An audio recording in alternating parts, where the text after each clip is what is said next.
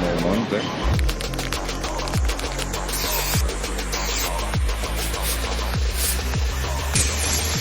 This ain't what you want, bitch. I'm a fucking phenomenon. 안녕하세요. 아이스인비어의 아이비입니다. 여러분, 해산물 좋아하세요? 오늘은 다낭하면 해산물, 그 중에서도 가장 유명한 꾸아도가 이름이 바뀐 랑까에 왔습니다. 이 랑까는 코로나 전에는 꾸아도로 한국인들의 많은 사랑을 받았었던 장소인데요. 가게 내부는 큰 변화 없이 운영되고 있었습니다. 이곳에서 직접 먹을 해산물을 골라 위에서 먹는 노량진 스타일의 가게입니다. 가장 먼저 게가 보입니다. 꽃게랑 비슷하게 생긴 것 같은데요. 이 하얀 게는 특이하긴 하지만 저로서는 전혀 모르겠네요. 그리고 반대편에는 부채새우가 보이는데요. 그리고 위에 이걸 랍스터라고 하는 사람도 있지만 영어로는 스피니 랍스터고 한국어로는 닭새우입니다. 요거는 제가 알고 있습니다. 머드크랩. 베트남에서는 요 양식도 한다고 하네요. 그리고 멘티스 슈림프입니다. 이거 원래 먹는 건가? 아니, 그리고 뒤에는 광어가 있는데요. 황금광어, 한국산 광어 같아요. 베트남에서 한국산 광어 생각보다 많이 먹고 있더라고요. 위에는 붉은 닭새우고 옆에는 코끼리 조개네요. 수입입니다. 이렇게 수입이 돼서 판매가 되는 해산물도 많으니까 로컬 해산물을 맛보고 싶으신 분들은 팻말을 잘 살펴주셔야 돼요. 그리고 여긴 진거미 새우가 있었는데 잘 안 보이네요. 그리고 여기저기에 다양한 종류의 해산물이 많았고요. 한국에서는 못 본 해산물이 많이 있지만 갑각류를 시키시면 걱정이 좀 덜합니다. 그리고 이 친구는 파란 닭새우라고 하고 조금 더 앞으로 가보면 진짜 랍스터도 있긴 있더라고요. 그리고 여긴 전복인데 색깔이 조금 특이하긴 하네요. 바로 메뉴입니다. 제가 시킨 메뉴는 진거미 새우와 백합 그리고 고등을 주문했는데요. 가장 먹음직스러운 건 아무래도 진거미 새우네요. 먼저 백합부터 먹어보겠습니다. 레몬그라스와 이름 모르는 향채가 같이 들어있었고요. 익숙하지 않은 향이 좀 나기는 했지만 이 정도의 향은 저한테는 아무런 문제가 되지 않거든요. 근데 가장 큰 문제는 이 조개를 딱 먹었을 때 그 문제가 있습니다. 모래가 씹히는 건 아닌데 모래보다 입자가 작은 진흙 같은 게 씹히더라고요. 아니, 베트남에서 조개를 먹으면 항상 랜덤박스 마냥 안에 뭐가 들었어요. 베트남 사람들은 이런 거에 별로 신경을 쓰지 않는 것 같습니다. 이것도 문화의 차이겠죠? 해감에 조금만 더 신경을 썼으면 굉장히 맛있었을 텐데. 아니, 생각해보니까 밑에 수조에서 해감이 되지 않나? 왜 진흙이 씹히지? 이해가 안 되네요. 그 다음은 고등입니다. 방금 전에 조개를 먹으면서 진흙을 씹어서 그런지 좀 불안하긴 했는데요. 씨알도 굵고 알맹이도 큰 게 기대가 되긴 하더라고요. 여기서 진흙은 씹히지 않았습니다. 잘 먹을 수 있었어요. 맛은 한국에서 먹는 골뱅이보다는 살이 좀 작지만 쫀득한 식감과 골뱅이 특유의 찝찝한 맛이 없는 깔끔한 맛은 이 고등이 더 나은 것 같네요.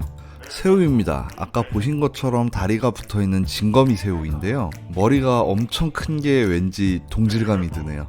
근데 사실 이 진거미 새우는 민물 새우입니다. 베트남에서는 민물에서 양식을 많이 하는 갑각류이기도 하죠.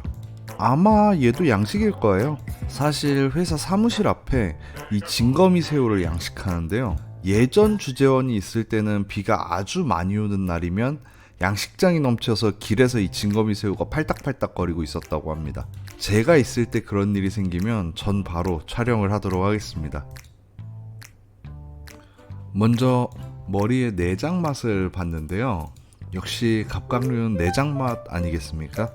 감칠맛과 고소함이 입맛을 돋궈주는 바로 그런 맛이었습니다. 그리고 머리가 워낙 크다 보니까 이렇게 머리 윗부분에도 먹을 게 있었는데요.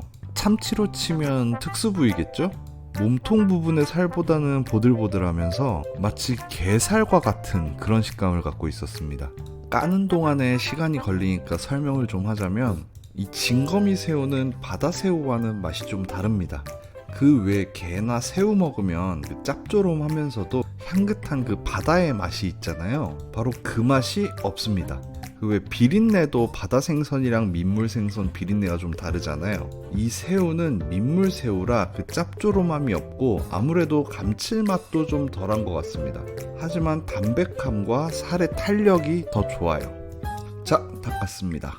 두께가 엄청나죠? 이러니까 씹는 맛이 좋을 수밖에 없죠.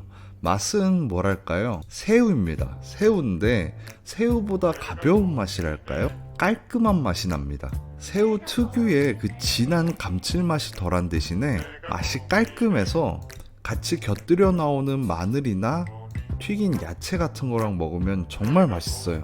그러던 중에 두 번째 메뉴가 나왔네요. 안에 견과류와 채소 등을 넣고 구운 성게와 해산물 볶음밥 그리고 모닝글로리 볶음이 나왔습니다. 근데 이 성게가 제철이 아닌지 먹을 게 거의 없어요. 아쉽네요. 그리고 맛도 별로 없어요. 열심히 찾아서 파먹기는 했지만 먹을 것도 없고 맛도 별로 없어요. 성게 특유의 감칠맛은 거의 없고 탄맛이랑 흙맛만 많이 나네요. 맛이 없습니다. 다음은 볶음밥이네요. 새우는 맛있었지만 새우는 뭐 당연히 맛있는 거고 조개도 실망하고 성게에도 실망하고 볶음밥도 맛없나 싶었는데 먹고 보니까 엄청 맛있었습니다. 볶음밥에 기름기도 없고 간간하게 간도 딱 맞고 야채는 별로 없었지만 파기름 향을 잘 내서 야채가 부족하다는 느낌은 전혀 들지 않아요. 그리고 하이라이트로 오징어랑 새우살이 풍부하게 들어있는 게 이 집 상당하다는 생각이 드네요. 사실 볶음밥이라는 게 안에 재료만 좋은 걸 넣으면 어지간해서 맛있죠. 그런 부분에서 새우랑 오징어가 이렇게 들어있는 볶음밥이 맛이 없을 리가 없죠. 맛있습니다. 그리고 오늘은 맥주에 관해서도 할 말이 좀 있네요. 베트남은 지역별로 대표하는 맥주가 있죠. 예를 들어 가장 유명한 호치민의 비어 사이공, 그리고 여기 다낭의 라루, 그리고 후에의 후다, 하노이의 비어 하노이 이렇게 있는데요. 물론 베트남 전역에서 이 타이거를 주로 대부분 먹는 걸로 알고 있는데 관광객이라면 오히려 지역 맥주를 먹는 게 왠지 더 기분이 좋더라고요. 저는 그랬어요.